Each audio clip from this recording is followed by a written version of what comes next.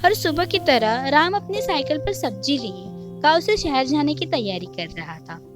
राम एक छोटी सी झोपड़ी में अपनी पत्नी के साथ रहता था। वो बहुत अमीर नहीं थे, मगर अपनी जिंदगी में खुश थे।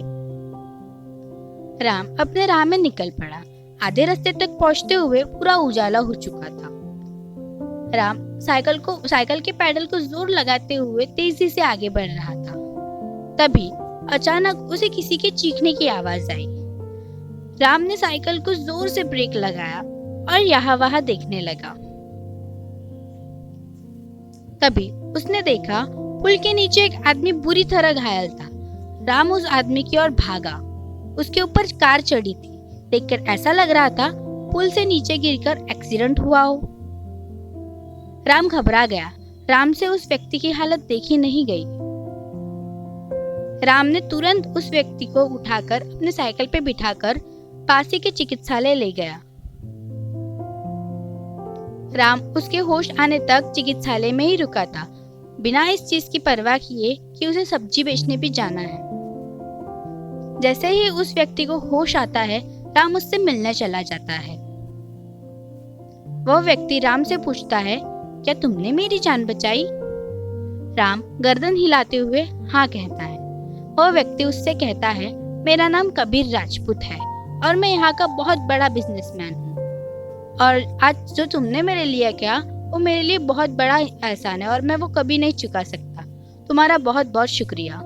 राम हाथ जोड़ते हुए बोलता है, इसमें शुक्रिया की क्या बात है, एक इंसान ही इंसान के काम आता है। कबीर भावुक होकर बोलता है, तुम दिल के बहुत साफ हो, तुम मेरे दोस्त बन सकते हो, हम रोज मिला करेंगे। ये बातें करते हुए शाम हो जाती है। राम बाजार जाता ही नहीं और सीधे घर चला जाता है। राम अपनी पत्नी को कुछ भी नहीं बताता और हमेशा की तरह खाना खाकर सो जाता है। उस दिन के बाद रोज सुबह राम बाजार जाता है और शाम कबीर से मिलते हुए घर आता है। वो हर शाम ढेरों बातें करते हैं। कभी कबीर अपनी जिंदगी की दास्तां सुनाता और कभी राम अपनी जिंदगी की कहानियां। अब कबीर और राम बहुत अच्छे दोस्त बन चुके थे। दोनों में अमीरी गरीबी ऐसा कोई भाव नहीं था, मगर राम रोज घर देर से पहुंचता। इस बात को तीन महीने हो चुके थे। एक दिन राम की पत्नी उससे पूछ ही लेती है, तुम घर देर से क्यों आते हो? राम घबराते हुए, मैं कहा, तुम मुझसे कुछ छुपा रहे हो? पत्नी शक की निगाहों से देखती है। राम दबाव से बोल ही पड़ता है। वह उसकी पत्नी को 3 महीने पहले की सारी कहानी बताता है। पत्नी सारी कहानी सुनने के बाद कहती है, तुम कितने पागल इंसान हो। वो एक अमीर आदमी है, वो अपनी गरीबी मिटा सकता है, वो झोपड़ी से महल बना सकता है। तुम उससे इस बारे में पूछ कर तो देखो। राम दूसरे दिन सुबह बाजार की ओर निकलता है। वह यही सोच में होता है कि मैं अभी कबीर से क्या कहूंगा। हर शाम की तरह कबीर और राम मिलते हैं। राम उदास होते हुए कबीर से बात करता है। कबीर, क्या बात है, तुम इतने शांत क्यों हो? वो राम लड़खड़ाते हुए बोलता है, क्या तुम मुझे एक रहने के लिए घर दे सकते हो? कबीर मुस्कुराते हुए, बस इतनी सी बात, क्यों नहीं?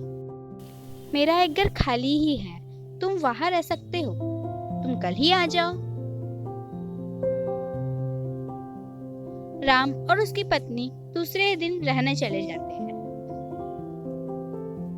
राम की पत्नी राम से, देखा, मिल गया ना हमें घर, हमें और भी तो सामान चाहिए, तुम कोशिश तो करो मांगने की। राम की पत्नी लालच के साथ कहती है। राम वैसा ही करता है जैसा उसकी पत्नी कहती है। एक दिन पत्नी राम से कहती है, वो तुम्हारा इतना अच्छा दोस्त है, तुमने उसकी जान बचाई है, तो वो तुम्हें उसकी आधी जायदाद नहीं दे सकता?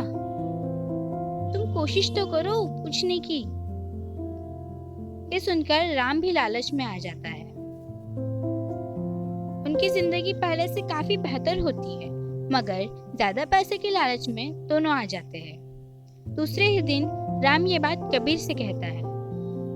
ये बात सुनकर कबीर चिढ़कर कहता है, तुम मेरे दोस्त हो या मेरी जायदाद हड़पना चाहते हो? तुम मेरे दोस्ती के काबिल नहीं। मैंने तुम्हें जो भी दिया मुझे वापस करो और दफा हो जाओ मेरी जिंदगी से। कबीर राम को एक पल में ही रास्ते पर खड़ा कर देता है। अब इसमें गलती किसकी है? आपको क्या लगता है?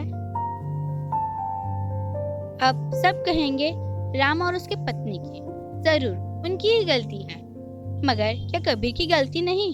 राम और उसकी पत्नी तो लालच में थे, मगर कबीर ये क्यों भूल गया कि राम न होता तो शायद उसका अस्तित्व ही न होता। कबीर ये भी तो कह सकता था कि मैं इतना सब कुछ नहीं कर सकता, तो कुछ राम कुछ मानता ही नहीं। कबीर उनकी जिंदगी बचाने का इतना बड़ा एहसान भूल जाता है और छोटी सी गलती की इतनी बड़ी सजा दे देता है। हम भी जिंदगी में कुछ ऐसी ही गलतियां कर बैठते हैं। किसी के एक गलती की वजह से उसका बहुत बड़ा एहसान भुला देते हैं। शायद हमें भी जिंदगी की ये बातें सुधार लेनी चाहिए। ऐसी और कहानियां सुनने के लिए मेरे चैनल पर जरूर आए। शुक्रिया।